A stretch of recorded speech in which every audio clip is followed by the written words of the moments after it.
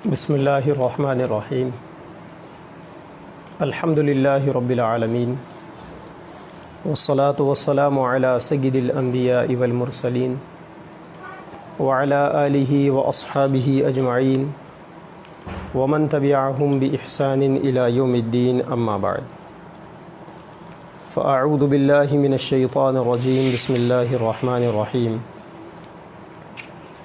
انا فتحنا لک فتحا مبینا لیغفر لک اللہ ما تقدم من ذنبک وما تأخر ویتم نعمتہ علیک ویہدیک صراطا مستقیما وینصرک اللہ نصرا عزیزا صدق اللہ العظیم۔ عزیز دوستوں، آج 20 رمضان المبارک، آج کی تاریخ کے ساتھ تاریخ اسلام کی وہ عظیم الشان تاریخ وابستہ ہے جسے تاریخ اسلام میں فتح مکہ کے نام سے جانا جاتا ہے۔ وہ فتح مکہ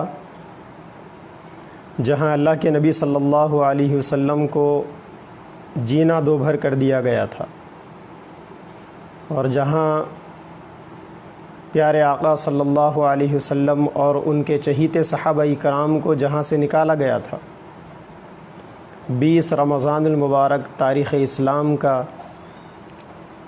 اس عظیم الشان دن ہے جس دن فتح مکہ کا واقعہ پیش آیا، اور اللہ تعالیٰ نے اپنے نبی کو مکہ سے نکالے جانے کے بالکل 6-7 سالوں کے درمیان میں نبی کو اتنی عددی اور عددی طاقتوں سے مالا مال فرمایا کہ جس کے نتیجے میں نبی پاک صلی اللہ علیہ وسلم پھر مکہ مکرمہ میں فاتحانہ انداز میں داخل ہوئے،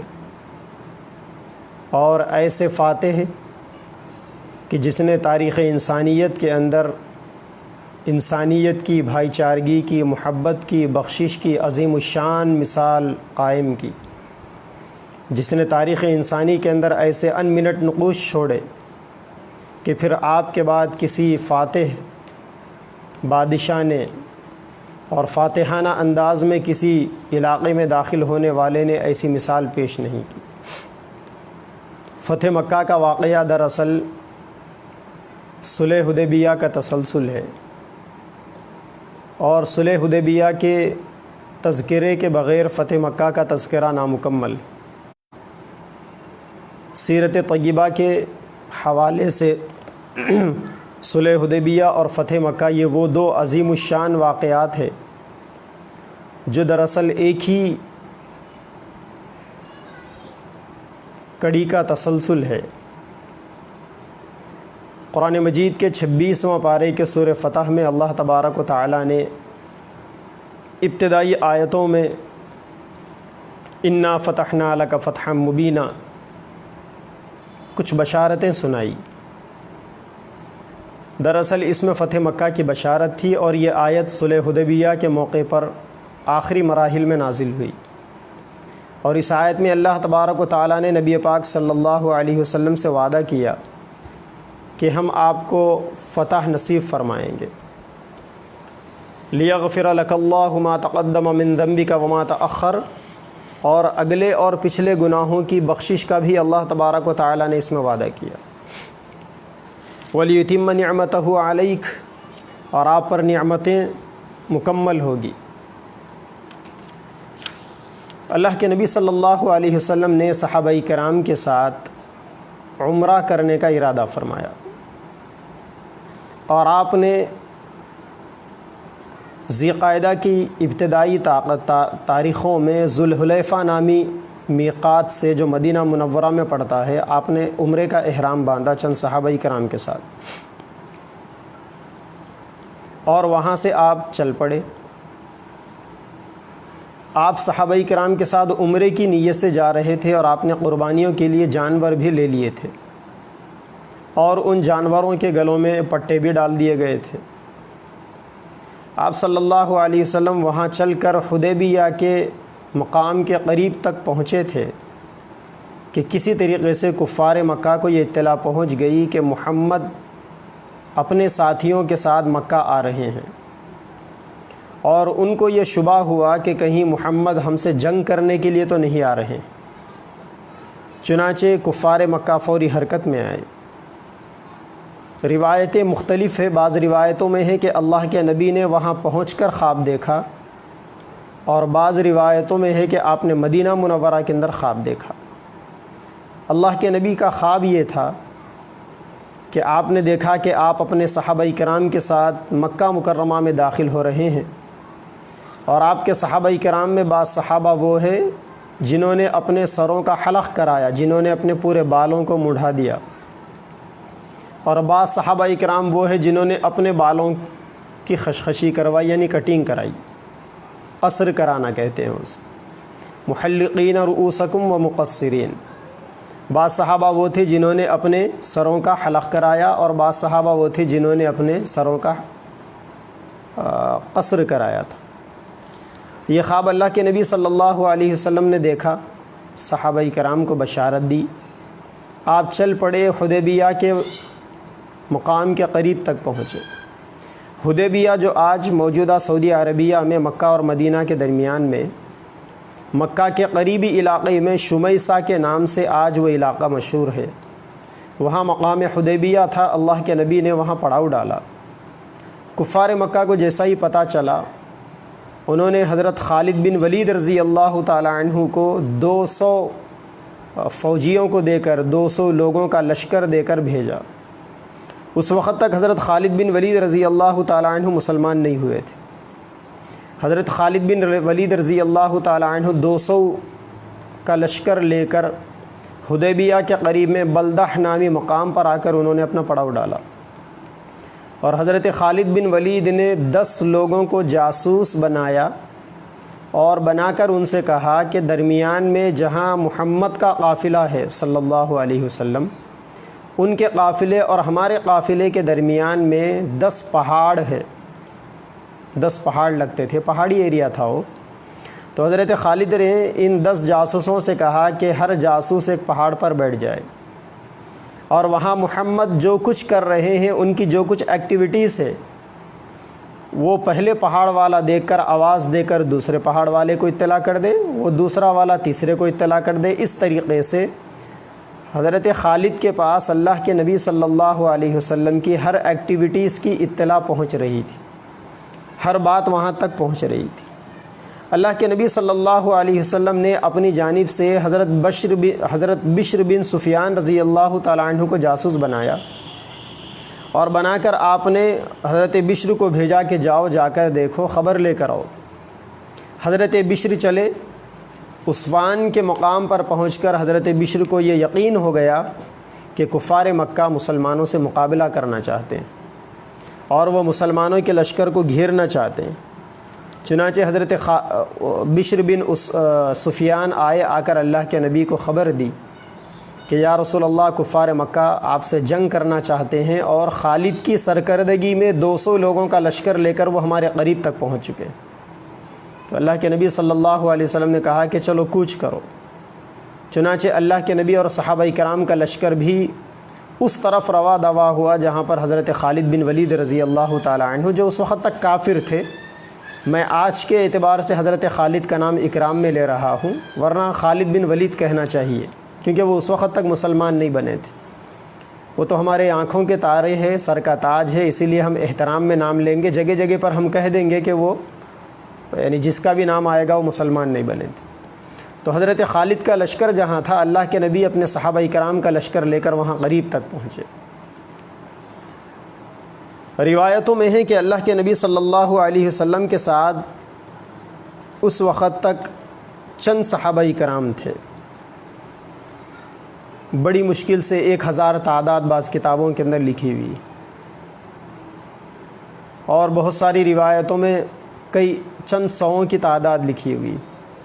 اللہ کے نبی صلی اللہ علیہ وسلم حضرت خالد بن ولید رضی اللہ تعالیٰ عنہ کے لشکر کے قریب پہنچے تو دیکھا کہ حضرت خالد نے بلدہ نامی مقام پر ایسے جگہ پر پڑاؤ ڈالا جہاں پانی کے چشمے تھے۔ حضرت خالد نے ان پانی کے چشموں پر قبضہ کر لیا، جب اللہ کے نبی وہاں پر پہنچے تو آپ نے صحابہ کرام سے کہا کہ ذرا پتہ کرو کہ آزو بازو میں کہیں کچھ پانی ہے کیا؟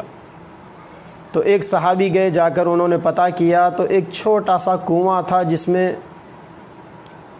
تھوڑا سا پانی باقی تھا۔ انہوں نے آ کر اللہ کے نبی صلی اللہ علیہ وسلم کو خبر دی کہ یا رسول اللہ، یہاں کنواں ہے لیکن اس میں تھوڑا سا پانی ہے اور ہمارے لشکر کے لیے وہ پانی ناکافی۔ تو اللہ کے نبی صلی اللہ علیہ وسلم کے ہاتھوں پر وہاں دو معجزات ظاہر ہوئے۔ پہلا معجزہ یہ ہوا کہ آپ کے سامنے ایک پیالہ رکھا ہوا تھا، اس میں تھوڑا سا پانی تھا۔ آپ صلی اللہ علیہ وسلم نے اس پیالے میں اپنی انگلیوں کو رکھ دیا، تو جیسا ہی آپ نے اپنی انگلیوں کو رکھا تو اس پیالے سے انگلیوں سے پانی کے چشمے پھوٹ پڑے، اور اتنا پانی اس پیالے کے ذریعے سے نکلا کہ صحابہ کرام کی تعداد 1400 تھی۔ 1400 صحابہ کرام نے پانی کو پیا، سیراب ہو کر پیا، اور اس پانی کو انہوں نے اسٹور کر بھی رکھا۔ وہیں پر دوسرا معجزہ یہ بھی ہوا کہ وہ جو کنواں تھا جس میں بالکل تھوڑا سا پانی تھا، اللہ کے نبی نے اس صحابی کو کہا کہ تھوڑا سا پانی لے کر آؤ۔ آپ نے اس پانی کے اندر کلی کر دی، اپنا لعاب دہن ڈال دیا، اور ساتھ ہی ساتھ آپ نے اپنی ایک نیزہ دی، ایک تیر دیا، اور دے کر اس صحابی سے کہا کہ جا کر یہ پانی اس کنویں میں ڈال دو اور اس نیزے کو اس کنویں میں گاڑ دو۔ صحابی کہتے ہیں کہ جب میں کنویں کے اندر اتر کر اس پانی کو ڈالا اور نیزے کو اس کے اندر گاڑ دیا تو پانی کے چشمے اتنی تیزی سے ابل پڑے کہ جب میں گاڑ کر نیزے کو اوپر چڑھنے لگا تو پانی اتنی تیزی سے بڑھا کہ اس پانی کے نتیجے میں کچا ہو گیا، میرے جسم تک وہ پانی پہنچ گیا۔ اس کے بعد وہ پانی باولی کے اوپری حصے تک آ گیا۔ صحابہ کرام نے اپنے برتنوں کو اس سے بھرا اور خوب سیراب ہو کر صحابہ کرام نے اس کو اپنے پاس جمع کیا۔ سامنے حضرت خالد کا لشکر تھا جو کفار مکہ کے ساتھ میں آئے ہوئے تھے۔ ظہر کا وقت ہوا، اللہ کے نبی صلی اللہ علیہ وسلم نے حضرت بلال حبشی رضی اللہ تعالیٰ عنہ سے کہا کہ بلال اذان دو۔ حضرت بلال حبشی نے اذان دی اور اللہ کے نبی صلی اللہ علیہ وسلم نے صف بندی کی اور صحابہ کرام کی آپ نے جماعت بنائی۔ آپ صلی اللہ علیہ وسلم نے ظہر کی نماز پڑھائی۔ آپ کی نماز ختم ہوئی تو حضرت خالد نے اپنے کافر ساتھیوں سے کہا کہ بڑا اچھا موقع تھا محمد پر حملہ کرنے کا کہ یہ لوگ نماز کو اپنے جانوں سے زیادہ چاہتے ہیں اور پوری انہماک سے، پوری جستجو سے، پوری توجہ سے یہ لوگ نماز پڑھتے ہیں، چلو اگلی نماز کا وقت آئے گا تو ہم ان کے اوپر حملہ کریں گے۔ چنانچہ جب عصر کی نماز کا وقت آیا تو جبریل امین اللہ کے نبی صلی اللہ علیہ وسلم کے پاس آئے۔ آ کر جبریل امین نے اللہ کے نبی صلی اللہ علیہ وسلم کو اطلاع دی کہ خالد آپ پر حملہ کرنا چاہتے ہیں، لہٰذا نماز خوف ادا کیجیے۔ نماز خوف کا مطلب ہوتا ہے کہ آدھا لشکر نماز پڑھے اور آدھا لشکر نگرانی کرے، پھر وہ آدھی نماز سے واپس آ کر یہاں نگرانی کرو، اور جو لشکر شروع میں نگرانی کر رہا تھا وہ جا کر نماز پڑھے۔ یہ ترتیب ہے، آپ علماء کرام سے معلوم کر لیں، نماز خوف کی وہ ترتیب آپ کو بتا دیں گے۔ چنانچہ اللہ کے نبی صلی اللہ علیہ وسلم نے وہیں پر پڑاؤ ڈالا۔ اتنے میں مکہ مکرمہ میں ایک عزت دار شریف آدمی تھے جن کا نام بدیل بن ورقہ تھا، جو قبیلے بنو خزاعہ کے سردار تھے۔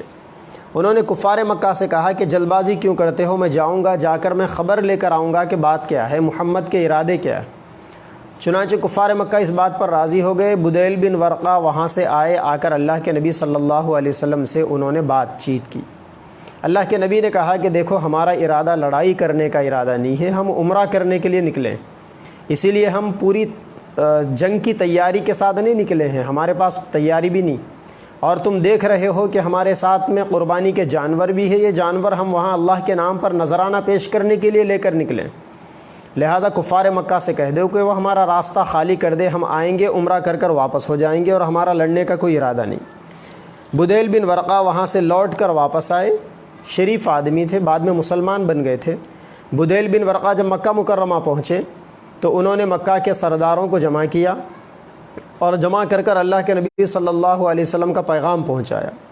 جب بدیل بن ورقہ نے پیغام پہنچایا تو مکہ کے کفار میں سے، مکہ کے کافر سرداروں میں سے دو لوگ ایسے تھے جنہوں نے بڑی شدت کے ساتھ بدیل بن ورقہ کی باتوں کا انکار کیا، سننے سے ہی انکار کر دیا۔ ان میں سے ایک تو اکرمہ بن ابی جہل تھے، ابو جہل کے بیٹے، اور دوسرے حکم بن عاص تھے، حکم بن عاص بن وائل۔ یہ دونوں بڑے پاورفل لوگ تھے مکہ مکرمہ کے۔ انہوں نے بدیل کی باتوں کو سننے سے انکار کر دیا۔ اسی مجلس کے اندر قبیلے بنو ثقیف کے سردار اور عمر رسیدہ بزرگ عروہ بن مسعود تھے۔ یہ بھی بعد میں چل کر مسلمان بن گئے۔ حضرت عروہ بن مسعود ثقفی صحابی بنے۔ یہ عروہ بن مسعود بوڑھے آدمی تھے۔ انہوں نے مکہ کے کافروں سے کہا کہ کیا تم میرے بچے نہیں ہو؟ سب نے کہا کہ ہاں بے شک ہم آپ کے بچے ہیں۔ انہوں نے کہا کہ کیا میں تمہارا بڑا نہیں ہوں؟ سبوں نے کہا کہ ہاں بے شک آپ ہمارے بڑے۔ عروہ بن مسعود نے کہا کہ کیا میں نے جگہ جگہ پر تمہاری مدد اور نصرت کے لیے اپنی فوج نہیں دی، اپنے قبیلے کے لوگوں کو نہیں دیا؟ سب نے کہا کہ ہاں بالکل آپ نے دیا۔ تو عروہ بن مسعود نے کہا کہ بدیل کی باتوں کو سن لو، وہ کیا کہہ رہے ہیں، جھٹلاتے کیوں ہو باتوں کو؟ پہلے باتوں کو تو سن لو۔ تو پھر اس کے بعد مکہ کے کافروں نے بدیل بن ورقہ کی ان ساری باتوں کو سنا جو باتیں اللہ کے نبی نے ان کے ذریعے سے مکہ کے کافروں تک پہنچانی چاہیے۔ چنانچہ ان لوگوں نے ماننے سے انکار کر دیا، اور سارے لوگ ایک ہی ضد پر اڑے ہوئے تھے کہ نہیں، ہم بالکل آگے بڑھیں گے اور آگے بڑھ کر ہم محمد کا مقابلہ کریں گے۔ چنانچہ پھر اس کے بعد عروہ بن مسعود نے کہا کہ ٹھیک ہے، ایک کام کیجئے کہ میں خود چل کر محمد سے بات کرتا ہوں۔ چنانچہ سارے مکہ کے کافر تیار ہو گئے، اور عروہ بن مسعود اپنے ساتھ چند ساتھیوں کو لے کر اللہ کے نبی صلی اللہ علیہ وسلم کی خدمت میں پہنچے، اور انہوں نے پہنچ کر اللہ کے نبی صلی اللہ علیہ وسلم کے سامنے بیٹھ کر بات چیت شروع کی۔ جب آپ نے اللہ کے نبی صلی اللہ علیہ وسلم، عروہ بن مسعود نے اللہ کے نبی کے ساتھ بات چیت شروع کی، تو ان کا یہ کہنا تھا کہ اے محمد، آپ یہاں سے واپس چلے جائیے، مکہ کے کافر آپ کو مکہ میں داخل ہونے کے لیے نہیں دیں گے۔ تو پیچھے سے حضرت ابوبکر صدیق رضی اللہ تعالیٰ عنہ نے کہا کہ کیسے داخل ہونے نہیں دیں گے، ہم بھی دیکھ لیں گے۔ تو فوری عروہ بن مسعود پلٹ کر کہا کہ تو کون ہے جو میرے اور محمد کی بات چیت کے درمیان میں آ گیا؟ تو حضرت ابوبکر صدیق رضی اللہ تعالیٰ عنہ کے بارے میں کہا گیا کہ یہ ابوبکر ہے۔ چنانچہ عروہ نے کہا کہ ابوبکر، اگر تیرا احسان میرے اوپر نہ ہوتا تو میں تیری بات کا برابر جواب دیتا۔ پھر اس کے بعد عروہ بن مسعود اللہ کے نبی کے بالکل سامنے بیٹھے اور بات چیت میں اللہ کے نبی کی داڑھی کو پکڑنے لگے۔ بات چیت میں بار بار عروہ بن مسعود کا ہاتھ اللہ کے نبی کی داڑھی تک جانے لگا۔ اللہ کے نبی کے پیچھے حضرت مغیرہ بن شعبہ رضی اللہ تعالیٰ عنہ تھے، جو اللہ کے نبی صلی اللہ علیہ وسلم کی نگرانی فرما رہے تھے۔ یہ منظر دیکھ کر حضرت مغیرہ بن شعبہ کو طیش آیا، غصے میں آئے کہ ایک کافر کا ہاتھ نبی کی داڑھی تک کیسے پہنچ سکتا ہے۔ چنانچہ حضرت مغیرہ بن شعبہ آ کر حضرت مغیرہ بن شعبہ نے عروہ بن مسعود کو ڈھکلا کہ پیچھے ہٹ، محمد عربی صلی اللہ علیہ وسلم کی مبارک پاکیزہ داڑھی کو اپنا کفر آلود اور شرک آلود گندا ہاتھ مت لگا۔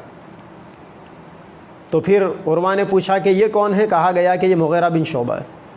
پھر اس کے بعد عروہ بن مسعود نے وہاں پر دیکھا کہ اللہ کے نبی صلی اللہ علیہ وسلم پر صحابہ اتنے جانثار ہیں اور اتنا مرمٹنے والے ہیں کہ اللہ کے نبی صلی اللہ علیہ وسلم تھوکتے ہیں تو صحابہ اس تھوک کو اپنے ہاتھوں پر لے کر اپنے جسم پر مر لیتے ہیں۔ اللہ کے نبی وضو بناتے ہیں تو وہ پانی کے قطرے زمین پر گرنے سے پہلے صحابہ ان قطروں کو لے کر اپنے جسم پر مر لیتے ہیں۔ اللہ کے نبی کسی بات کا کوئی حکم دیتے ہیں تو صحابہ آگے بڑھ کر دیوانہ وار اس حکم کی تعمیل کرتے ہیں۔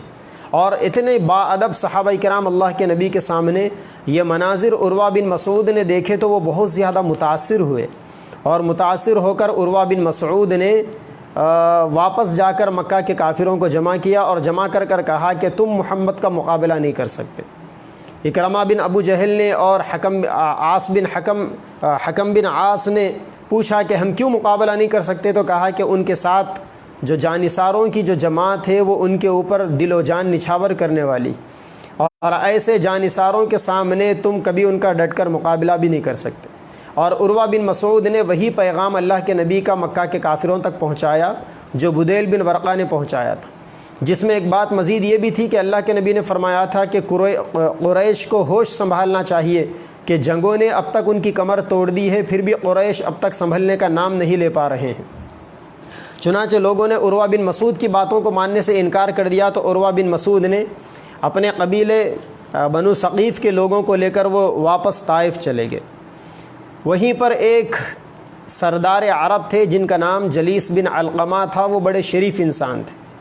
چنانچہ جلیس بن علقمہ نے کہا کہ میں بھی جا کر محمد سے بات کر آتا ہوں، وہ بھی آئے۔ یہ تیسرے فریق تھے مکہ کی جانب سے کفار مکہ کی جانب سے، قریش مکہ کی جانب سے، جو اللہ کے نبی سے بات کرنے کے لیے پہنچے تھے۔ چنانچہ جلیس بن علقمہ اللہ کے نبی صلی اللہ علیہ وسلم کے پاس آئے اور آ کر جلیس بن علقمہ نے اللہ کے نبی سے بات چیت کی۔ جلیس بن علقمہ نے دیکھا کہ اللہ کے نبی صلی اللہ علیہ وسلم کے جانور قربانی کے سامنے موجود ہے، وہ شریف انسان تھے۔ اللہ کے نبی نے صحابہ سے بھی کہا کہ وہ شریف انسان ہے، انہیں آنے دو۔ انہوں نے یہ سارے مناظر دیکھے، جانوروں کو دیکھا، اور دیکھ کر جا کر کفار مکہ سے انہوں نے کہا، کفار مکہ نے ان کی باتوں کو ماننے سے انکار کر دیا۔ تو جلیس بن علقمہ نے بھی وہاں سے اپنے ساتھیوں کو لے کر وہاں سے واپس چلے گئے۔ اس درمیان میں خالد بن ولید اللہ کے نبی صلی اللہ علیہ وسلم پر حملہ کرنا چاہتے تھے۔ اسی درمیان میں اللہ کے نبی نے 3 صحابہ کرام کو پہاڑ کی چوٹی پر بٹھا دیا کہ تم نگرانی کرو اور ان کی نقل و حرکت پر، خالد کے لشکر کے نقل و حرکت پر نظر رکھو۔ رات میں اللہ کے نبی صلی اللہ علیہ وسلم آرام فرما رہے تھے۔ مکہ مکرمہ کے 50 کافروں کا ایک قافلہ آیا، 50 کفار کا، اور اللہ کے نبی صلی اللہ علیہ وسلم پر وہ لوگ حملہ کرنا چاہتے تھے۔ جن صحابہ کو اللہ کے نبی نے نگرانی کے لیے بٹھایا تھا اس میں حضرت محمد اللہ تعالیٰ عنہ تھے۔ حضرت محمد بن مسلمہ رضی اللہ تعالیٰ عنہ نے ان سارے لوگوں کو گرفتار کر لیا۔ اللہ کے نبی صلی اللہ علیہ وسلم نے اپنی جانب سے مشورہ کیا صحابہ کرام سے۔ صحابہ نے مشورہ کیا کہ یا رسول اللہ، ہماری جانب سے بھی ایک قاصد کو مکہ بھیجنا چاہیے۔ چنانچہ اللہ کے نبی نے سیدنا عمر فاروق رضی اللہ تعالیٰ عنہ سے کہا کہ عمر تم جاؤ گے؟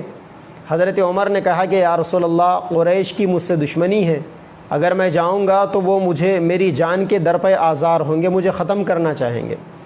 اللہ کے نبی صلی اللہ علیہ وسلم نے فرمایا کہ اکرمہ، پھر آپ صلی اللہ علیہ وسلم نے صحابہ سے مشورہ کیا۔ لوگوں نے کہا کہ یا رسول اللہ، عثمان کو بھیجنا چاہیے۔ حضرت عثمان رضی اللہ تعالیٰ عنہ کی مکہ مکرمہ کے اندر رشتہ داریاں تھیں۔ چنانچہ حضرت عثمان غنی رضی اللہ تعالیٰ عنہ کو اللہ کے نبی صلی اللہ علیہ وسلم نے مکہ مکرمہ بھیجا۔ وہاں مکہ جانے کے بعد حضرت عثمان کے ایک دوست تھے ابان بن سعید، جو اس وقت تک مسلمان نہیں بنے تھے، بعد میں مسلمان بنے۔ حضرت ابان بن سعید نے حضرت عثمان غنی رضی اللہ تعالیٰ عنہ کو اپنی امان دی اور لے کر مکہ مکرمہ میں پہنچے، داخل ہوئے۔ حضرت عثمان نے مکہ مکرمہ میں ایک ایک آدمی کے پاس جا کر پیغام پہنچایا۔ اللہ کے نبی نے کہا کہ پہلے تم ان کو دین کی دعوت دینا، ان تک ایمان اور کلمہ پہنچانا، اسلام پہنچانا۔ اگر وہ مان لے تو ٹھیک ہے، نہ مانے تو کوئی بات نہیں، اور ان سے کہنا کہ ہم صرف عمرے کے ارادے سے آئے ہیں، ہم لڑائی جھگڑے کے ارادے سے نہیں آئے ہیں۔ چنانچہ اللہ کے نبی کا پیغام حضرت عثمان نے سب کو پہنچایا، اور اس وقت تک کچھ مسلمان مکہ مکرمہ میں ہی تھے، ہجرت کر کر مدینہ نہ آ پائے تھے۔ اللہ کے نبی نے کہا کہ ان مظلوم مسلمانوں سے کہہ دینا کہ تھوڑا سا انتظار کرے، اللہ تبارک و تعالیٰ کا وعدہ آنے والا ہے، اور بہت جلد اللہ تبارک و تعالیٰ مکہ مکرمہ کو فتح کرنے والے۔ چنانچہ حضرت عثمان کے جانے کے بعد اور 10 صحابہ کرام جا کر حضرت عثمان سے ملے۔ یہاں اللہ کے نبی صلی اللہ علیہ وسلم کے پاس کسی نے اطلاع پہنچا دی کہ لوگوں نے حضرت عثمان کو شہید کر دیا ہے، قریش نے حضرت عثمان غنی رضی اللہ تعالیٰ عنہ کو شہید کر دیا۔ یہ خبر جیسا ہی اللہ کے نبی صلی اللہ علیہ وسلم کو پہنچی، آپ نے ایک درخت کے نیچے جو پھلدار درخت تھا، صحابہ کرام کو جمع فرمایا، اور جمع فرما کر صحابہ کرام کی آپ نے بیعت جہاد لیا۔ سارے صحابہ کرام کی آپ نے 1400 صحابہ کرام کی اپنے ہاتھوں پر بیعت جہاد لی۔ اللہ کا قرآن کہتا ہے ان الذین یبایعونک انما یبایعون اللہ۔ اے نبی صلی اللہ علیہ وسلم، جن لوگوں نے آپ کے ہاتھوں پر بیعت کیا ہے، ان لوگوں نے دراصل اللہ کے ہاتھ پر بیعت کیا ہے۔ ید اللہ فوق ایدیہم، اللہ تعالیٰ کا ہاتھ ان لوگوں کے ہاتھوں پر ہے۔ تو صحابہ کرام بیعت رضوان میں شریک ہونے والے صحابہ کرام سعادت مند ہیں، بشارت مند ہیں یہ لوگ، کیونکہ اللہ تبارک و تعالیٰ کے ہاتھوں پر بیعت کرنے کا شرف ان کو حاصل ہوا۔ سیدنا عثمان غنی رضی اللہ تعالیٰ عنہ چونکہ موجود نہیں تھے، اللہ کے نبی صلی اللہ علیہ وسلم نے صحابہ کرام سے کہا کہ دیکھو، اس ہاتھ پر تم سب ہاتھ رکھ کر بیعت کر رہے تھے، یہ عثمان یہاں موجود نہیں ہے، یہ عثمان کا ہاتھ ہے۔ چنانچہ آپ نے اپنے ایک ہاتھ کو حضرت عثمان کا ہاتھ کہہ کر اپنے ہاتھ پر بیعت رکھ کر کہا کہ میں عثمان کی، میرا یہ ہاتھ عثمان کے ہاتھ کی جانب سے نیابتاً میرے ہاتھ پر ہاتھ رکھ کر بیعت کر رہا ہے۔ سیدنا عثمان غنی رضی اللہ تعالیٰ عنہ کو یہ شرف حاصل ہے کہ ان کی غیر موجودگی میں، ان کے غیاب میں اللہ کے نبی نے اپنے دوسرے ہاتھ کو حضرت عثمان کے ہاتھ کا شریک بنا کر اپنے پہلے ہاتھ پر رکھ کر بیعت کیا۔ یہ سعادت مندی بجز سیدنا عثمان غنی رضی اللہ تعالیٰ عنہ کے کسی اور کو نصیب نہیں۔ چنانچہ پھر اللہ کے نبی صلی اللہ علیہ وسلم کو اطلاع ملی کہ حضرت عثمان غنی رضی اللہ تعالیٰ عنہ شہید نہیں ہوئے ہیں، وہ بحال ہیں۔ پھر اس کے بعد جیسا ہی اللہ کے نبی نے یہاں پر بیعت جہاد لی، ادھر کفار مکہ میں، قریش میں کھلبلی مچ گئی اور ان کے اندر ایک قسم کی ہیبت طاری ہو گئی۔ چنانچہ ان لوگوں نے اللہ کے نبی صلی اللہ علیہ وسلم سے اب لکھا پڑھائی کرنا چاہا، ان لوگوں نے اللہ کے نبی صلی اللہ علیہ وسلم سے معاہدہ کرنا چاہا۔ چنانچہ ان لوگوں نے، قریش مکہ نے 3 لوگوں کو معاہدے کے لیے بھیجا، جن میں سے ایک کا نام سہیل بن عمرو تھا، اور دوسرے حویتب بن عبد العزیٰ تھے، اور تیسرے مکرز بن حفص تھے۔ یہ 3 لوگ آ کر اللہ کے نبی صلی اللہ علیہ وسلم سے انہوں نے معاہدہ کرنا چاہا۔ جب یہ لوگ اللہ کے نبی صلی اللہ علیہ وسلم کے ساتھ معاہدہ کرنے کے لیے آئے تو سہیل بن عمرو شریف آدمی تھے، انہوں نے اللہ کے نبی سے معاہدہ کرنے کے لیے اللہ کے نبی کے سامنے آ کر بیٹھ گئے۔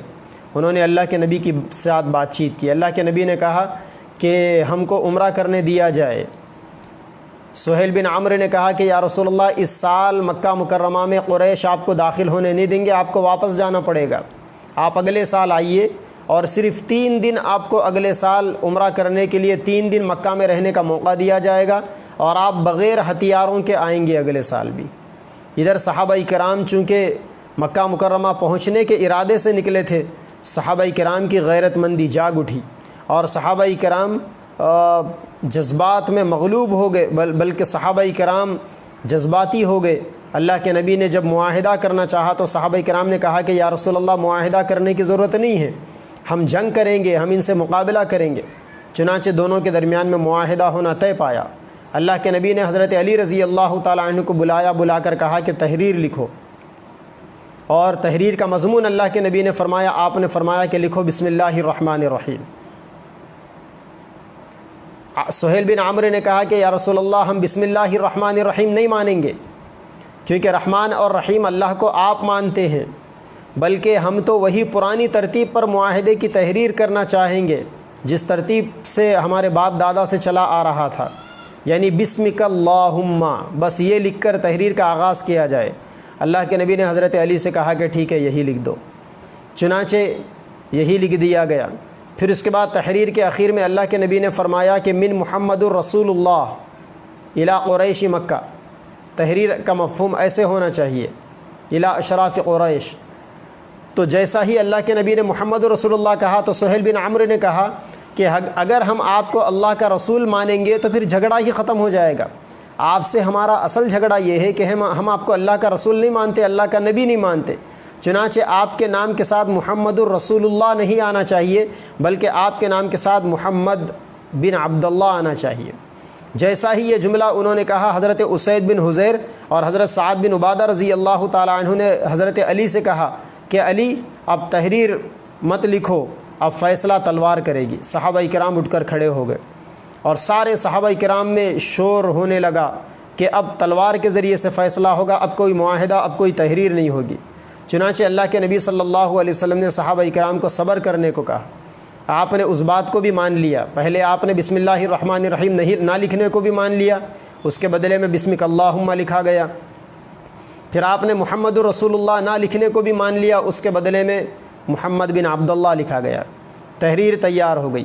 سہیل بن عمرو نے اس معاہدے کے اندر یہ شرائط بھی رکھی کہ جو مسلمان مکہ مکرمہ کا ہجرت کر مدینہ آئے گا، آپ اس مسلمان کو واپس مکہ لوٹا دیں گے۔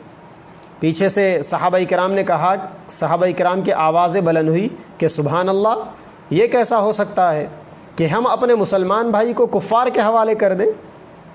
یعنی جب سہیل بن عمرو نے یہ شرط رکھی کہ جو مسلمان مکہ سے ہجرت کر مدینہ آئیں گے تو نبی ان لوگوں کو اپنے پاس نہیں رکائیں گے بلکہ واپس لوٹا دیں گے، اور جو کافر مدینہ سے مکہ آنا چاہیں گے نبی ان کو بھی نہیں روکیں گے بلکہ ان کو مکہ آنے دیا جائے گا۔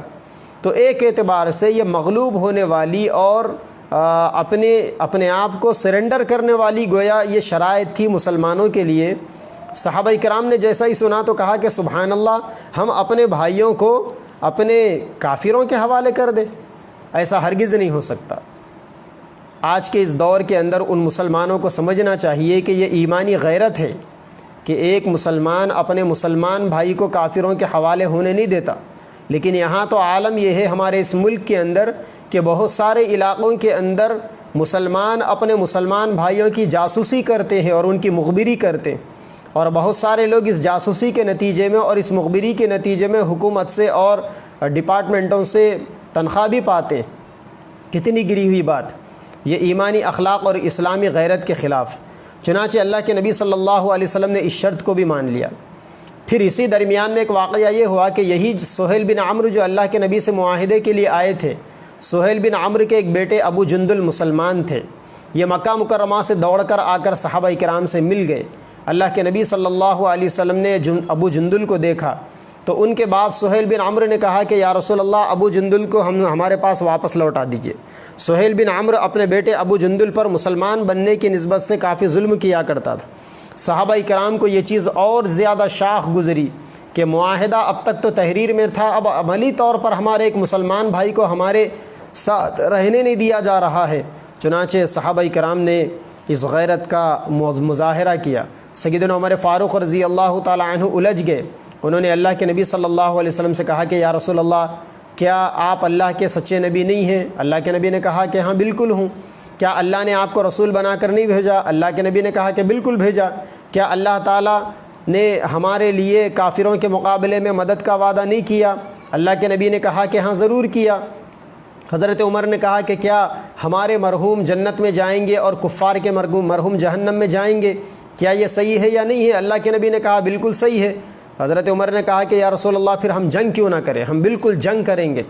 اور آپ نے خواب دیکھا تھا کہ اللہ تعالیٰ نے آپ کو فاتحانہ انداز میں مکہ میں داخل فرمایا ہے، ہم جنگ کریں گے۔ اللہ کے نبی نے کہا کہ عمر، میں نے خواب بتایا ہے، وہ خواب بالکل برحق ہوگا، یقیناً ہوگا، لیکن اس خواب کا وقت میں نے یہ تو نہیں بتایا تھا۔ حضرت عمر نے کہا کہ ہاں یہ وقت تو آپ نے نہیں بتایا۔ اللہ کے نبی نے حضرت عمر فاروق کو سمجھایا۔ حضرت عمر فاروق بے چین ہوئے۔ بخاری شریف کی حدیث سے کہتے ہیں کہ میں شک کے اندر گرفتار ہو گیا۔ حضرت عمر فاروق سیدنا ابو بکر صدیق رضی اللہ تعالیٰ عنہ کے پاس گئے اور جا کر کہا کہ ابو بکر، تم اللہ کے نبی کو سمجھاؤ، اللہ کے نبی سے کہو۔ حضرت ابو بکر نے کہا کہ عمر، وہ اللہ کے نبی ہے، وہ اللہ تعالیٰ کی مرضی اور منشے کے مطابق، مرضی کے مطابق کوئی کام نہیں کرتے، تم صبر کرو۔ حضرت ابو بکر نے متانت اور سنجیدگی اور وقار کا اور شرح صدر کا مظاہرہ کیا، اور سیدنا عمر فاروق رضی اللہ تعالیٰ عنہ نے حمیت دینی کا مظاہرہ کیا۔ چنانچہ جب یہ قاصد لوٹ کر وہاں پر گیا، سہیل بن عمرو مکہ مکرمہ، اور یہ طے پایا کہ اللہ کے نبی یہاں سے واپس چلے جائیں گے، اللہ کے نبی نے اپنے قربانی کے جانوروں کو مکہ بھجوا دیا اور صحابہ سے کہا کہ یہاں سے واپس چلنا ہے۔ صحابہ کرام کو یہ چیز بڑی شاخ گزری، صحابہ بڑے بے چین ہوئے۔ اللہ کے نبی اپنے حجرہ شریف میں تشریف لے گئے۔ آپ کے ساتھ میں مائی جان حضرت ام سلمہ رضی اللہ تعالی عنہا تھی۔ حضرت ام سلمہ نے کہا کہ یا رسول اللہ، آپ کہیں گے یہ لوگ نہیں مانیں گے احرام کھولنے کے سلسلے میں، چنانچہ آپ کسی سے کچھ مت کہیے، آپ باہر جائیے، جا کر آپ حلق کروا دیجئے، اپنے بال کٹوا دیجئے، کسی نائی کو پکڑ کر دیجئے۔ اللہ کے نبی نے حضرت اما جان ام سلمہ رضی اللہ تعالی عنہ کا یہ مشورہ قبول کیا۔ باہر جا کر اللہ کے نبی نے اپنے بال کٹوا دیے۔ جیسا ہی آپ نے احرام کھولا تو سارے صحابہ ایک دوسرے کے بال کاٹ کر احرام کھولنے لگے۔ پھر اس کے بعد صحابہ کرام لوٹ کر واپس مدینہ منورہ چلے گئے۔ اب یہ جو صلح حدیبیہ کا جو واقعہ پیش آیا تھا، جہاں اب تک کی پوری تفصیل ہم نے آپ کے سامنے بیان کی ہے، اس واقعے کے بارے میں دراصل کہا جاتا ہے، سیدنا ابو بکر نے کہا کہ اسلام میں کوئی فتح حدیبیہ سے بڑی فتح نہیں تھی، اور امام زہری کہتے ہیں کہ حدیبیہ سے بڑی فتح کوئی بڑی فتح نہیں ہے، کیونکہ حدیبیہ کے اس واقعے سے مسلمانوں کو کفار کے ساتھ مل جل کر رہنے کا موقع ملا، جس سے کفار نے مسلمانوں کے قریب رہ کر اسلام کی تعلیمات کو دیکھا اور پڑھا سمجھا اور مسلمان بنے۔ اور صلح حدیبیہ کے اس واقعے سے فائدہ یہ ہوا کہ اس واقعے کے بعد کفار مکہ کے درمیان میں قریش مکہ کے سرداروں میں پھوٹ پڑ گئی، کیونکہ انہوں نے بدیل بن ورقہ کی باتوں کا انکار کیا تھا، انہوں نے جلیس بن علقمہ کی باتوں کا انکار کیا تھا، انہوں نے عروہ بن مسعود کی باتوں کا انکار کیا تھا۔ تو اس انکار کے نتیجے میں ان لوگوں کے درمیان میں آپس میں پھوٹ پڑ گئی۔ اور دوسرا فائدہ یہ ہوا کہ کفار مکہ صحابہ کرام کی یہ جانثاری کو دیکھ کر، جس کو عروہ بن مسعود نے دیکھ کر جا کر کفار مکہ کے سامنے اعلان کیا تھا، سنایا تھا، کفار مکہ کے دلوں میں مرعوبیت آ گئی، اور مسلمانوں کے لیے فائدہ ملا، موقع ملا کہ اللہ کے نبی کے لیے دعوت کے مواقع میسر آئے۔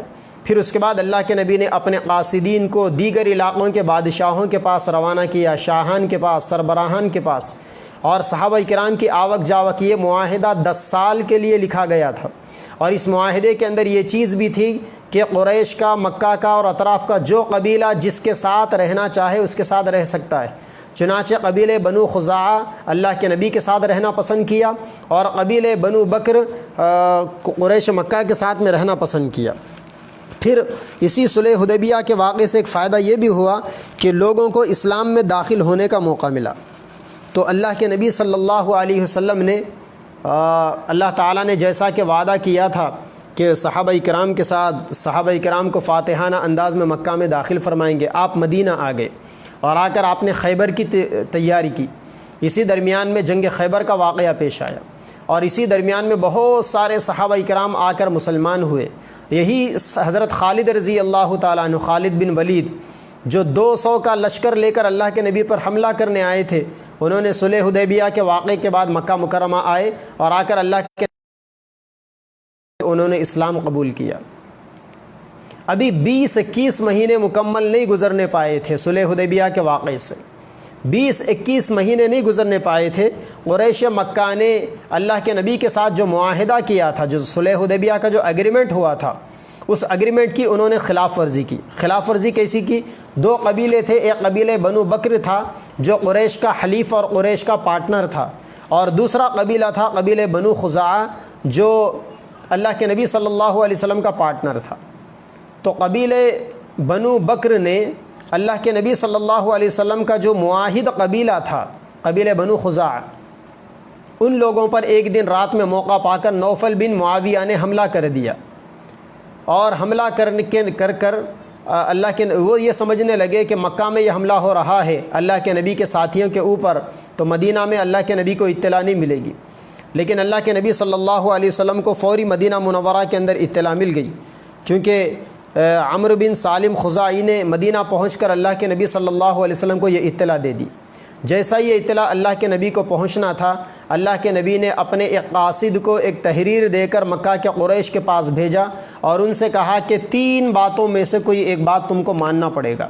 اللہ کے نبی نے کہا کہ پہلی بات تو یہ ہے کہ جن لوگوں نے خزاعہ کے لوگوں کا قتل کیا ہے اس کے بدلے میں تمہیں دیت دینی پڑے گی، اور دوسری شرط یہ ہے کہ خزاعہ کے لوگوں کو ختم کرنے میں قریش کا جو حلیف قبیلہ تھا، قبیلے بنو نفافہ، اس قبیلے کے ساتھ تم لوگ اپنی علیحدگی کا اعلان کرو، یا تیسری شرط یہ ہے کہ صلح حدیبیہ میں ہمارا جو معاہدہ ہوا تھا اس معاہدے کو تم فسخ کرنے کا اعلان کرو۔ یعنی اگر یہ معاہدہ جو 10 سال کے لیے ہو گیا تھا، اگر تم فسخ کرنے کا اعلان کریں گے تو پھر اس کے بعد ہمارے درمیان میں بات چیت کی کوئی راہیں نہیں رہیں گی، ہم اپنی مرضی کے مالک ہوں گے۔ اللہ کے نبی نے یہ 3 باتیں دے کر اللہ مکہ مکرمہ کے کافروں کے پاس بھیجا۔ اللہ کے نبی کا قاصد جب مکہ مکرمہ آیا اور سارے سرداران قریش مکہ میں جمع ہوئے، اور جمع ہو کر انہوں نے ان 3 باتوں کا اللہ کے نبی کی جانب سے الٹیمیٹم پڑھا، تو قریش کا ایک آدمی تھا جس کا نام قرطہ بن عمرو تھا، اس نے بغیر کسی سوچے سمجھے جذبات میں آ کر یہ کہا اللہ کے نبی کے قاصد سے کہ جا کر نبی سے، محمد سے کہہ دو کہ ہم صلح حدیبیہ کا جو معاہدہ تھا اس ایگریمنٹ کو ہم توڑتے ہیں، اس معاہدے کو ہم توڑتے ہیں۔ چنانچہ اللہ کے نبی کے قاصد وہاں سے نکل گئے۔ جب وہ قاصد مدینہ منورہ پہنچ کر اللہ کے نبی کو اطلاع دی کہ یا رسول اللہ، انہوں نے صلح حدیبیہ کا جو معاہدہ 10 سال کے لیے ہوا تھا اس کو توڑنے کا انہوں نے اعلان کر دیا، تو اللہ کے نبی صلی اللہ علیہ وسلم نے کہا کہ ٹھیک ہے۔ پھر اس کے بعد اللہ کے نبی نے صحابہ کرام سے کہا کہ اب جنگ کی تیاری کرو۔ ادھر مکہ مکرمہ کے اندر فوری کافروں کو احساس ہو گیا کہ قرطہ بن عمرو نے جو معاہدے فسخ نکاح کا اعلان کر دیا تھا یہ ہمارے حق میں بڑا بھاری ہو جائے گا، کیونکہ محمد کی طاقت اور زیادہ مضبوط ہو چکی ہے اور ہم پہلے سے زیادہ کمزور ہو چکے ہیں۔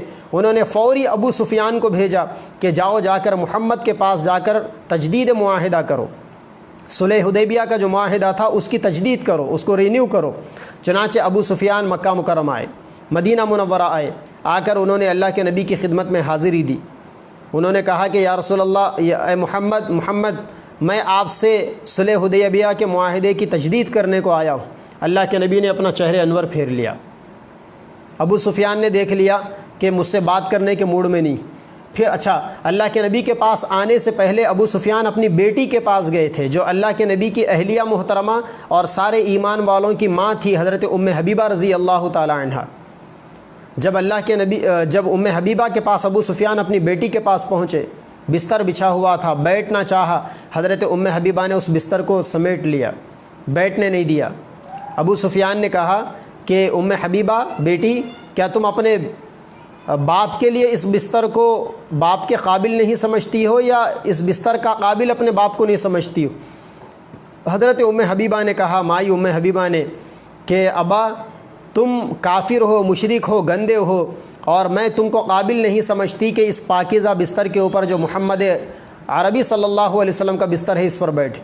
ابو سفیان نے کہا کہ میرے بعد تم شر کے اندر گرفتار ہو گئی ہو۔ حضرت ام حبیبہ نے اپنے باپ سے کہا کہ ابا جان، آپ اتنے سمجھدار ہیں، سردار قریش ہے، آپ شر کے اندر گرفتار ہو گئے ہو کہ آپ ایسے بتوں کی عبادت کرتے ہو جو بت نہ فائدہ پہنچاتے ہیں نہ نقصان پہنچاتے ہیں۔ یہ باتیں، حضرت ام حبیبہ کی بیٹی کی باتیں ابو سفیان کے دل کے اوپر کافی اثر کی۔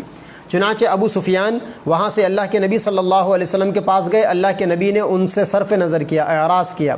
پھر ابو سفیان حضرت ابو بکر کے پاس گئے اور جا کر کہا کہ ابو بکر میری محمد کے سامنے سفارش کروا دو۔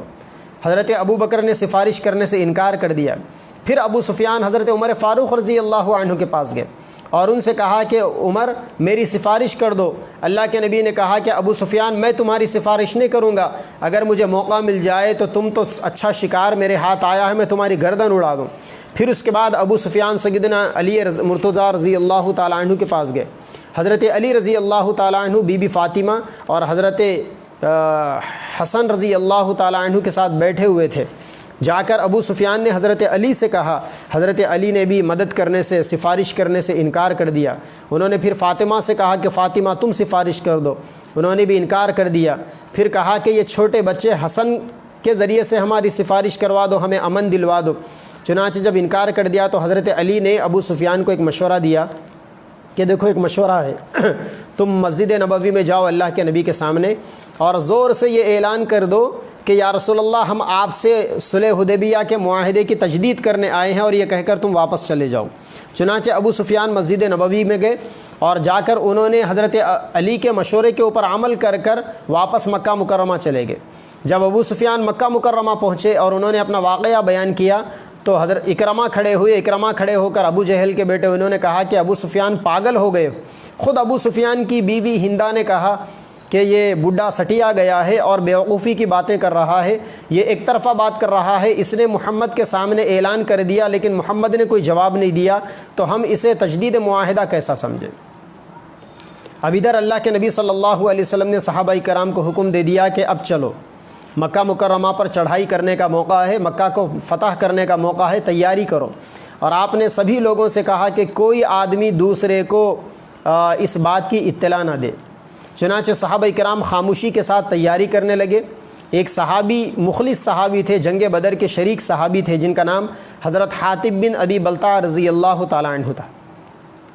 اس صحابی کو جیسا ہی اطلاع ملی کہ اللہ کے نبی نے مکہ پر چڑھائی کرنے کا حکم دیا ہے تو اس صحابی نے ایک سارا نامی عورت کو کچھ پیسے دیے اور دے کر ایک لیٹر دے کر کہا کہ جاؤ، جا کر یہ مکہ کے سرداروں تک پہنچا دو۔ اور اس لیٹر کے اندر دراصل یہ مضمون لکھا ہوا تھا کہ اللہ کے نبی تمہارے اوپر حملہ کرنے آ رہے ہیں، لہٰذا تم اللہ کے نبی کے سامنے سرنڈر کر لو، اپنے آپ کو ہتھیار ڈال دو، کیونکہ تم مقابلہ نہیں کر سکتے اللہ کے نبی سے، اور اللہ تعالیٰ کی مدد اپنے نبی کے ساتھ ہے، وہ تو لشکر کے ساتھ آ رہے ہیں۔ اگر نبی تنہا بھی تمہارے اوپر آ جائے تو پورے مکہ والے مل کر تنہا ایک واحد نبی کا مقابلہ نہیں کر سکتے۔ اس لیٹر کے اندر یقین کی بات تھی، لیکن ایک اعتبار سے اس میں جاسوسی بھی تھی، کیونکہ اللہ کے نبی نے کہا تھا کہ مکہ پر چڑھائی کرنا ہے، کسی کو کہنا نہیں اور وہاں مکہ تک بات پہنچنے نہیں دینا، اور حضرت حاتب نے یہ مضمون اس لیٹر کے اندر لکھ دیا۔ جیسا ہی وہ عورت وہاں مدینہ سے نکلی، سیدنا جبریل امین آسمان سے آئے، اللہ نے وحی دے کر بھیجا۔ جبریل امین نے اطلاع دے دی کہ ایک عورت لیٹر لے کر جا رہی ہے، چنانچہ اس کو فوری گھیر دیا جائے۔ اللہ کے نبی صلی اللہ علیہ وسلم نے 3 صحابہ کو بھیجا، حضرت علی رضی اللہ عنہ اور حضرت زبیر ابن العوام اور حضرت مقداد ابن الاسود رضی اللہ عنہم۔ اللہ کے نبی نے کہا کہ جاؤ، جا کر روضہ خاخ پر ایک عورت تمہیں ملے گی، اس عورت کے پاس یہ لیٹر تم کو ملے گا، جا کر اس لیٹر کو اس عورت سے حاصل کرو، نکالو۔ چنانچہ یہ 3 صحابہ کرام گئے، جا کر انہوں نے اس عورت کو گھیرا اور اس عورت کی تلاشی لی تو اس عورت کے پاس لیٹر نہیں تھا۔ صحابہ شک میں پڑ گئے۔ حضرت علی نے کہا کہ یہ ہو ہی نہیں سکتا کہ نبی نے اطلاع دے دی اور وہ بات جھوٹ ہو۔ پھر حضرت علی نے اس عورت سے کہا کہ دیکھو، شرافت سے کہہ رہے ہیں وہ لیٹر واپس کر دو، ورنہ ہم تمہیں پورا برہنہ کریں گے، مجبور مت کرو ہمیں۔ چنانچہ اس عورت نے اپنے چوٹی کے مونڈے کے اندر اس نے اس لیٹر کو چھپا کر رکھا تھا، نکال کر حضرت علی کو دیا۔ حضرت علی وہ لیٹر لے کر اللہ کے نبی کے پاس آئے۔ اللہ کے نبی نے حضرت حاطب کو بلایا جنہوں نے وہ لیٹر لکھا تھا۔ صحابہ کرام بھی جمع ہو گئے۔ اللہ کے نبی نے پوچھا کہ حاطب کیا بات ہے، کیا ماجرا ہے؟ حضرت حاطب نے کہا کہ یا رسول اللہ، میرا یہ لیٹر اللہ اور اس کے رسول کو کوئی نقصان نہیں پہنچا سکتا۔ یا رسول اللہ، بات دراصل ایسی ہے کہ میں مدینہ کا رہنے والا ہوں اور میرے کچھ رشتہ دار مکہ مکرمہ کے اندر ہیں، اور بہت سارے جو صحابہ ہجرت کر کر مکہ سے مدینہ آئے ہیں ان کے بھی رشتہ دار مکہ میں ہیں، لیکن ان کی پہلے سے وہاں رشتہ داریاں ہونے کی وجہ سے وہ لوگ سیف ہیں، اور میرے جو رشتہ دار مکہ مکرمہ کے اندر ہے وہ لوگ انسیف ہے، کیونکہ ہم مدینہ کے رہنے والے ہیں۔ میں نے یہ لیٹر اس وجہ سے لکھا تاکہ یہ لیٹر مکہ کے کافر قریش سرداروں کے اوپر احسان کرے اور اس احسان کے بدلے میں وہ میرے رشتہ داروں کے اوپر ظلم نہ کرے۔ جیسا یہ جملہ حضرت حاطب کا کہنا تھا، حضرت عمر پیچھے سے ننگی تلوار لے کر کھڑے ہوئے اور کہا کہ یا رسول اللہ، یہ منافق ہے، آپ مجھے حکم دے دیجئے کہ میں اس منافق کی گردن مار دوں۔ اللہ کے نبی نے کہا کہ عمر، یہ بدری صحابی ہے، جنگ بدر میں انہوں نے شرکت کی ہے، اور اللہ تبارک و تعالیٰ نے جنگ بدر کے شریک صحابہ کرام کے بارے میں بشارت دی ہے، پیغام سنایا ہے کہ ان کے ساتھ اللہ تبارک و تعالیٰ اگلے گناہوں سے بھی درگزر کرے گا۔ چنانچہ واقعہ بھی یہی تھا کہ حضرت حاطب رضی اللہ تعالیٰ عنہ مخلص صحابی تھے۔ چنانچہ اللہ کے نبی نے حضرت حاطب کو درگزر کر دیا۔ آپ نے صحابہ کرام سے کہا کہ تیاری کرو۔ چنانچہ صحابہ کرام نے تیاری کی۔ اللہ کے نبی نے 10,000 صحابہ کرام کا لشکر لے کر مکہ مکرمہ کو فتح کرنے کے لیے نکلے۔ ابھی آپ دیکھیں کہ آج سے 20 مہینے پہلے 1400 صحابہ کرام تھے، اور صلح حدیبیہ کے نتیجے میں مسلمانوں کا اتنا فائدہ ہوا کہ 1400 سے بڑھ کر آج صحابہ کرام کی تعداد 10,000 کو پہنچ گئی۔ اللہ کے نبی نے رمضان کا مبارک مہینہ تھا، 10 رمضان عصر کی نماز کے بعد آپ نے صحابہ سے کہا کہ اب یہاں سے چلنے کا موقع ہے۔ چنانچہ آپ نے صحابہ کرام کو 2 ٹکڑیوں میں تقسیم کر دیا، ایک مہاجرین صحابہ، دوسرے انصار صحابہ۔ مہاجرین صحابہ کرام کا جھنڈا آپ نے حضرت زبیر رضی اللہ عنہ کے ہاتھ میں دیا، اور انصار صحابہ کرام کا جھنڈا آپ نے حضرت سعد بن عبادہ رضی اللہ تعالیٰ عنہ کے ہاتھ میں دیا۔ چلے صحابہ کرام کے ساتھ، اور اللہ کے نبی صلی اللہ علیہ وسلم نے مقام قدید پر پہنچ کر روزے کا افطار فرمایا۔ رمضان کا مبارک مہینہ تھا، روزے کی حالت میں صحابہ کرام تھے۔ مقام قدید پر پہنچ کر صحابہ کرام نے روزہ افطار کیا۔ اللہ کے نبی پہنچے تو آپ نے مر الزہران پر پڑاؤ ڈالا۔ مکہ مکرمہ سے قریب میں مر الزہران ایک مقام ہے، وہاں اللہ کے نبی نے پڑاؤ ڈالا تو اس کی اطلاع مکہ کے کافروں کو پہنچی۔ تو مکہ کے 2 بڑے بڑے سردار، ایک حکیم بن حزام اور دوسرے بدیل بن ورقہ، یہ اللہ کے نبی کے پاس آئے اور آ کر انہوں نے ایمان قبول کر لیا، مسلمان ہو گئے۔ کفار مکہ کی اور زیادہ کمر ٹوٹ گئی۔ حکیم بن حزام اور بدیل بن ورقہ یہ مسلمان ہو گئے۔ پھر دوسرے دن ابو سفیان وہاں سے آئے، ابو سفیان مکہ سے آئے مر الزہران نامی مقام پر اللہ کے نبی صلی اللہ علیہ وسلم سے ملاقات کرنے کے لیے۔ ابو سفیان کو اللہ کے نبی کے چچا حضرت عباس رضی اللہ تعالیٰ عنہ کی امان اور پناہ ملی۔ حضرت عمر فاروق رضی اللہ تعالیٰ عنہ موقع دیکھ کر ابو سفیان کو ختم کر دینا چاہتے تھے، لیکن ابو سفیان نے حضرت عباس کی پناہ مانگی۔ اللہ کے نبی نے ان کو حضرت عباس کی پناہ میں دے دیا۔ دوسرے دن ابو سفیان بھی آ کر حضرت عباس کے سمجھانے پر اللہ کے نبی صلی اللہ علیہ وسلم کے ہاتھوں پر بیعت کر کر مسلمان بن گئے۔ حضرت عباس نے کہا کہ یا رسول اللہ، ابو سفیان مکہ کا سردار ہے اور یہ کچھ بڑا پن چاہتا ہے، آپ اس کا کچھ اکرام کیجئے۔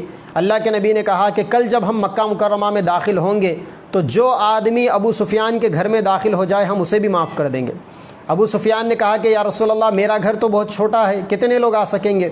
اللہ کے نبی نے کہا اچھا جو لوگ کعبہ میں داخل ہو جائیں گے وہ بھی معاف ہو جائیں گے، ہم ان کو بھی ہاتھ نہیں لگائیں گے۔ ابو سفیان نے کہا کہ یا رسول اللہ کعبہ بھی تو چھوٹا ہے، سارے مکہ کے لوگ بہت زیادہ تعداد میں ہیں۔ اللہ کے نبی نے کہا کہ اچھا جو آدمی اپنے گھر میں داخل ہو کر دروازہ بند کر لے گا ہم اسے بھی معاف کر دیں گے، اس کی بھی جان بخشی کر دیں گے۔ چنانچہ ابو سفیان مطمئن ہو گئے اور ابو سفیان فوری وہاں سے دوڑے اور مکہ پہنچے اور انہوں نے اعلان کر دیا کہ اے لوگوں اب تمہاری بخشش کا کوئی بہانہ نہیں، اب تم بچنے والے نہیں ہیں، اب محمد پورے لشکر کے ساتھ آ رہے ہیں۔ اور وہیں پر 900 صحابہ کرام کے ساتھ ایک لشکر ابو سفیان نے دیکھا تھا، جس لشکر کے کمانڈر حضرت خالد بن ولید رضی اللہ تعالیٰ عنہ۔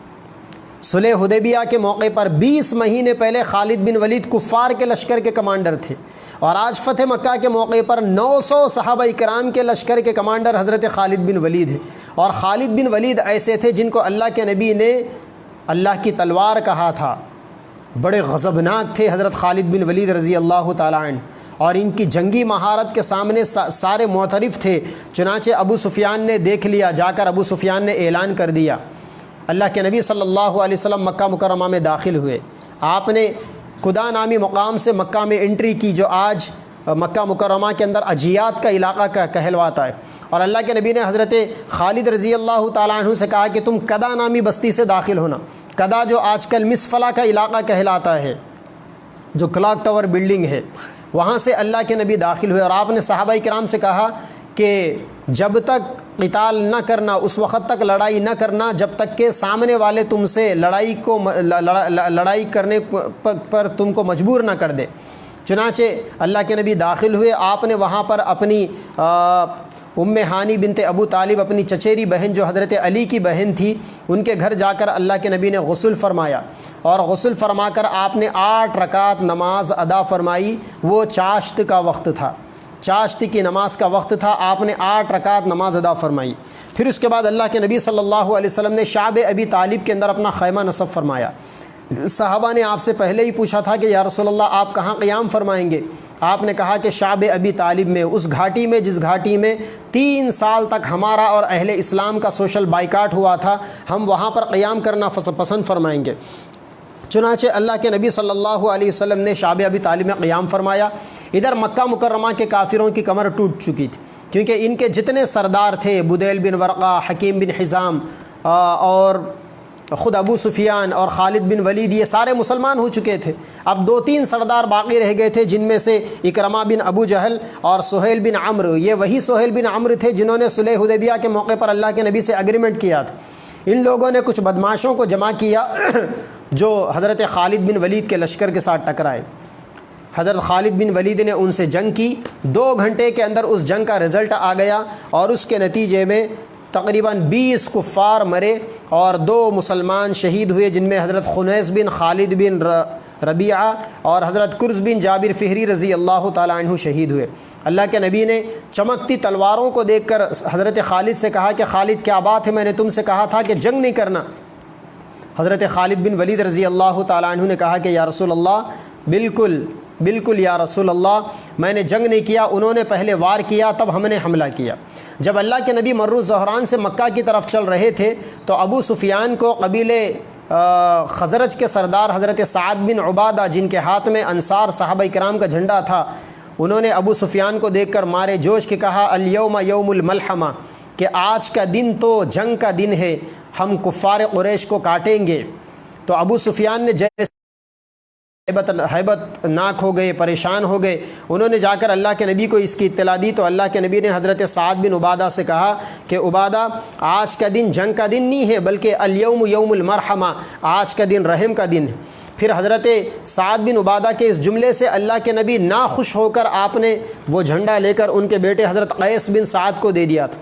چنانچہ اللہ کے نبی صلی اللہ علیہ وسلم مکہ مکرمہ کے اندر فاتحانہ انداز میں داخل ہوئے۔ آپ نے کعبۃ اللہ کے اندر سے بتوں کو صاف کیا۔ کہتے ہیں کہ 360 بت رکھے ہوئے تھے۔ اللہ کے نبی کے ساتھ حضرت بلال حبشی اور حضرت اسامہ بن زید رضی اللہ تعالیٰ عنہ تھے، اور ایک معصوم بچہ اللہ کے نبی کے کاندھوں کے اوپر چڑھ کر کعبۃ اللہ کے اوپر سے بتوں کو نکال رہا تھا، اس کا نام علی تھا۔ لوگوں کو یہ خیال ہے کہ وہ حضرت علی رضی اللہ تعالیٰ عنہ تھے، نہیں، بلکہ وہ علی اللہ کے نبی کے بڑے نواسے اور حضرت زینب آپ کی بڑی بیٹی کے بیٹے حضرت علی ابن العاص تھے رضی اللہ تعالیٰ عنہ۔ چنانچہ اللہ کے نبی نے کعبۃ اللہ کو بتوں سے صاف کیا، آپ نے کعبۃ اللہ کا غسل دیا، اور آپ نے ایک خطبہ ارشاد فرمایا جس کے اندر سب کے ساتھ بخشش کا اعلان کیا، اور آپ نے یہی کہا کہ آج کے دن میں وہی اعلان کرتا ہوں جو سیدنا یوسف علیہ السلام نے اپنے بھائیوں کے بارے میں اعلان کیا تھا، اذهبوا وانتم الطلقاء لا تثریب علیکم اليوم، کہ آج کے دن تم پر کوئی سختی، کوئی پکڑ نہیں، جاؤ آج کے دن تم سارے کے سارے بخشائے ہو۔ چنانچہ اللہ کے نبی صلی اللہ علیہ وسلم نے اس کے بعد کعبۃ اللہ کی چابی، بہت سارے صحابہ یہ چاہتے تھے کہ کعبہ کی چابی ہمارے ساتھ میں ہو، اتنے میں انصار صحابہ کرام کے درمیان میں کچھ کانا پھوسی ہونے لگی۔ کانا پھوسی یہ ہو رہی تھی کہ انصار صحابہ آپس میں کہہ رہے تھے کہ اللہ کے نبی کا مکہ میں رہنا دو بھر تھا تو آپ نے ہجرت کر مدینہ تشریف لائے تھے، آج مکہ فتح ہو گیا، کہیں اللہ کے نبی مکہ ہی میں نہ رہ جائے اور ہم اللہ کے نبی سے مدینہ میں محروم ہو جائے۔ اللہ تعالیٰ نے نبی کو اس بات کی اطلاع دے دی۔ اللہ کے نبی نے کہا انصار صحابہ کرام سے کہ تم مجھ سے ہو، میں تم سے ہوں۔ انصار صحابہ بے ساختہ خوش ہوئے، نعرے تکبیر بلند کیا۔ آپ نے کہا کہ میں مدینہ چھوڑ کر نہیں جاؤں گا، مکہ مکرمہ یہاں پر رکھ کر ہم مدینہ جائیں گے۔ چنانچہ اللہ کے نبی صلی اللہ علیہ وسلم نے کعبۃ اللہ کی چابی حضرت عثمان بن ابو طلحہ رضی اللہ تعالیٰ عنہ کو دی اور بلا کر کہا کہ عثمان، یہ چابی تم اپنے ساتھ میں رکھنا، اور یہ چابی قیامت تک تمہارے خاندان میں رہے گی، الا یہ کہ کوئی ظالم بادشاہ اس چابی کو تم سے چھین لے۔ کہتے ہیں کہ جب اللہ کے نبی نے وہ چابی ان کو دی حضرت عثمان بن ابو طلحہ کو، تب سے لے کر آج تک حضرت عثمان بن ابو طلحہ کا خاندان، اسی خاندان میں کعبۃ اللہ کی چابی چلی آ رہی ہے، اس خاندان کو کلید بردار کعبہ کہا جاتا ہے۔ چنانچہ وہیں پر ایک صحابی حضرت عتاب بن اسید تھے جو 21 سال کے تھے، انہوں نے بھی چیمے گویاں کی کہ اللہ کے نبی ہمیں معاف کریں گے یا نہیں کریں گے، اور بہت ساری باتیں انہوں نے کی۔ اللہ کے نبی نے وحی کے ذریعے سے اللہ تعالیٰ نے اپنے نبی کو اطلاع دے دی۔ پھر اللہ کے نبی نے عتاب بن اسید کے وہم کو دور کیا، عتاب بن اسید کھڑے ہو کر مسلمان بن گئے۔ اللہ کے نبی نے حضرت عتاب کو مکہ کا گورنر بنا دیا، وہاں کا امیر مقرر کر دیا۔ پھر حضرت بلال سے کہا کہ بلال اذان دو، چند دن اللہ کے نبی نے وہاں قیام کیا۔ حضرت بلال حبشی رضی اللہ تعالیٰ عنہ نے اذان دی تو بلال حبشی رضی اللہ تعالیٰ عنہ کی اذان کو سن کر ایک بچے تھے ابو محذورہ، جو بچوں کے ساتھ اذان کی نقل اتار رہے تھے، 16 سال ان کی عمر تھی۔ ابو محذورہ کی آواز اللہ کے نبی کے کانوں میں پڑ گئی، آپ گئے، جا کر آپ نے ابو محذورہ کو پیچھے سے کان پکڑا اور کان پکڑ کر کہا کہ بچے تم کیا کہہ رہے تھے، کہو۔ تو وہ ڈر گئے کہ کہیں اللہ کے نبی میری پٹائی نہ کر دے۔ اللہ کے نبی نے کہا کہ بیٹا ڈرو مت۔ اللہ کے نبی نے ان کے سینے پر ہاتھ پھیرا، ان کے سر پر محبت کا، شفقت کا ہاتھ رکھا، اور ان کے جسم میں مبارک پر آپ نے اپنا ہاتھ رکھا۔ ابو محذورہ کہتے ہیں کہ میرے دل سے ڈر بھی نکل گیا اور کفر اور شرک کی گندگیاں بھی نکل گئی۔ انہوں نے اذان کے کلمات دہرائے تو اللہ کے نبی صلی اللہ علیہ وسلم نے حضرت ابو محذورہ کو مسلمان بننے کے بعد مکہ کا مؤذن مقرر کر دیا۔ یہ سب سے پہلے مؤذن تھے مکہ مکرمہ کے ابو محذورہ رضی اللہ عنہ۔ کہتے ہیں کہ 16 سال کی عمر میں ابو محذورہ مؤذن بنے اور تقریباً 56 یا 60 سال کی عمر میں ان کا انتقال ہوا، تب تک وہ مکہ مکرمہ کے مؤذن تھے کعبۃ اللہ کے۔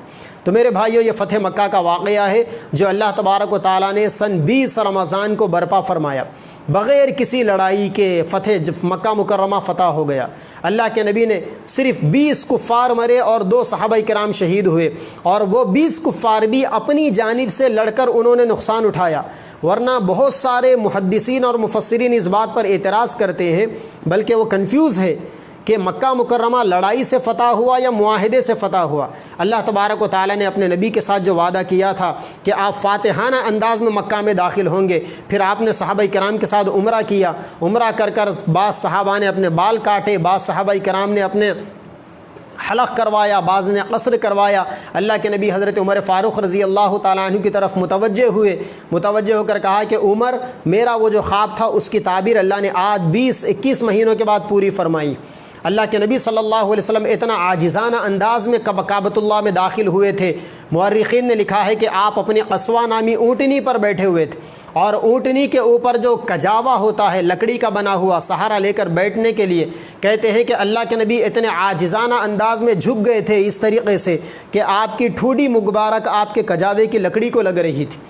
اتنی عاجزانہ انداز. اور انا فتحنا لک فتحا مبینا، یہ آیتیں آپ کی زبان پر جاری تھی، اور اللہ کے نبی صلی اللہ علیہ وسلم کی زبان پر وہ کلمات تھے انصر وعدہ وہزم الاحزاب وحدہ ونصر عبدہ، کہ انجز وعدہ، اللہ نے وعدے کو پورا کر دیا، ونصر عبدہ، اپنے بندے کی اللہ نے مدد کی، وہزم الاحزاب وحدہ، اور اللہ نے تنہا کفار کے لشکر کو ہرا دیا. اللہ کے نبی نے اس کامیابی کا صحرا اپنے سر پر نہیں باندھا، بلکہ آپ نے اس کامیابی کا صحرا اللہ تبارک و تعالیٰ ہی کو دیا. اور یہی ایمان والوں کا تقاضا بھی ہے کہ جب کوئی اچھا کام کرتے ہیں تو اس کا ذمہ اللہ تبارک و تعالیٰ کی طرف خوبی کو پھیرنا چاہیے، اور جب کوئی غلطی اگر ہو جائے تو اس کی ذمہ داری اپنے اوپر ڈال لینی چاہیے. ان کان ثوابا فمن اللہ، اگر اچھائی ہے تو اللہ کی طرف سے، وَإِن كَانَ خَطَأً فَمِنِّي وَمِنَ الشَّيْطَانِ الرَّجِيمِ، اور اگر یہ غلطی ہے تو یہ میرے اور شیطان لعین بدبخت کی جانب سے. تو یہ فتح مکہ کا واقعہ ہے. پوری تاریخ انسانیت کے اندر، پوری دنیا کی تاریخ کے اندر ایسی فتح کی مثال کوئی نہیں بتا سکتا کہ جو بغیر کسی خون خرابے کے، بغیر کسی لڑائی جھگڑے کے، اللہ کے نبی نے ان لوگوں کو دل سے معاف کر دیا جن لوگوں نے نبی کو مکہ سے نکالا تھا. میرے نبی چاہتے تو سب کے قتل عام کا حکم دے سکتے تھے، لیکن آپ نے سب کو معاف کر دیا. آپ نبی الرحمہ ہے، آپ نبی مرحمہ ہے، آپ نے رحمت کا اور آپ نے رحمت للعالمین ہونے کا ثبوت دیا، اور سب کے ساتھ اونچے دل کے ساتھ اور خندہ پیشانی کے ساتھ سب کو آپ نے قبول کیا. پھر اس کے بعد جو لوگ تھے، اللہ 15 لوگوں کے بارے میں اللہ کے نبی نے کہا کہ سب تو معاف ہے لیکن یہ 15 معاف نہیں، کیونکہ یہ 15 لوگ حد سے زیادہ گستاخ تھے، حد سے زیادہ بدبخت تھے. چنانچہ صحابہ کرام نے ان 15 لوگوں کو سمیٹنا شروع کیا، ان کو لپیٹنا شروع کیا. ان 15 لوگوں میں سے بھی 9-10 لوگ مسلمان بن گئے، بقیہ جو 4 لوگ مارے گئے اور ایک فرار ہو کر کہیں اور جا کر مرا. تو میرے بھائیوں، یہ فتح مکہ کا واقعہ ہے، تاریخ انسانیت کا اور سیرت النبی صلی اللہ علیہ وسلم کا یہ وہ عظیم الشان واقعہ ہے کہ اس واقعے کی نظیر پوری کائنات انسانی کے اندر نہیں ملتی. اللہ تبارک و تعالیٰ اس واقعے میں پنہا اسباغ کو ہمیں پینے کی توفیق عطا فرمائے، ہمیں اس کو اوڑھنا بچھونا بنانے کی توفیق عطا فرمائے. اور اسباغ اس میں یہی ہے کہ صلح حدیبیہ کے موقع پر صحابہ کرام نہ چاہنے کے باوجود بھی انہوں نے اللہ کی بات کو مانا، نبی کی بات کو مانا، اور واپس لڑنے کے لیے نکلے تھے مگر واپس مدینہ جانے پر راضی ہو گئے. صحابہ کرام کے یہ اخلاق اللہ تعالی ہمارے اندر پیدا فرمائے. یہی وجہ ہے کہ اللہ تعالیٰ نے جس واقعے میں فتح مکہ کی بشارت سنائی سورہ فتح میں 26واں پارے میں، اسی واقعے کے اخیر میں اللہ تبارک و تعالیٰ نے صحابہ کرام کے اخلاق کو، ان کے اوصاف کو بیان کیا.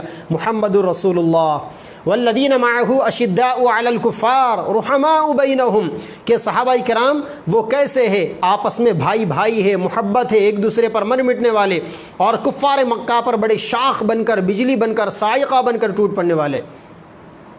تراہم رکعا سجدا، وہ رات بھر لمبے لمبے رکوع کرنے والے، سجدے کرنے والے، نمازیں پڑھنے والے. یبتغون فضلا من اللہ ورضوانا، ہر چیز میں اللہ تبارک و تعالیٰ کی رضا کو چاہنے والے. سیماہم فی وجوہہم من اثر السجود، کہ ان کے سجدوں کے نشانوں سے ان کی سعادت مندی اور ان کی نیک بختی کو پہچانا جا سکتا ہے. ذالک مثلہم فی التوراۃ ومثلہم فی الانجیل، اللہ تعالیٰ نے ان کی مثالوں کو تورات میں اور انجیل میں بھی بیان کیا، اور یہ اللہ کا قرآن ان کے اوصاف کو بیان کرتا ہے. یہ صحابہ کرام کی مبارک جماعت تھی، پاکیزہ جماعت، اور یہ فتح مکہ کا وہ عظیم الشان تاریخ اسلامی کا واقعہ تھا کہ پھر اس کے بعد اللہ تبارک و تعالیٰ نے ہمیشہ کے لیے مکہ کو فتح کر دیا، اور قیامت تک کے لیے مکہ کی یہ فتح باقی ہے. اور یہ مکہ کبھی کافروں کے ہاتھ میں، باطل کے ہاتھ میں نہیں جائے گا، یہاں تک کہ قرب قیامت جب دجال بھی آئے گا تو اللہ کے نبی نے فرمایا کہ دجال مکہ اور مدینہ میں داخل نہیں ہو سکے گا. اللہ تعالیٰ فرشتوں کو، نگہبان محافظ فرشتوں کو مکہ اور مدینہ کے دروازوں پر، انٹرنس پر کھڑا کر دیں گے، وہ دجال کو یہاں داخل ہونے نہیں دیں گے. وہ نقطہ حرم ہے، وہ حدود حرم ہے، وہاں دجال کی منحوس سایہ بھی نہیں پڑے گا. جو اللہ کے نبی صلی اللہ علیہ وسلم کے ہاتھوں پر جو چیز فتح ہوئی ہے، ظاہر بات ہے کہ پھر اس کو کون غلام بنا سکتا ہے. اللہ تبارک و تعالی ہمیں سیرت طیبہ کا گہرائی سے مطالعہ کرنے کی توفیق عطا فرمائے، اور سیرت طیبہ کے حاصل ہونے والے اسباق کو اللہ تبارک و تعالی اپنے لیے چشم بصیرت بنانے کی توفیق عطا فرمائے. وآخر دعوانا ان الحمد للہ رب العالمین.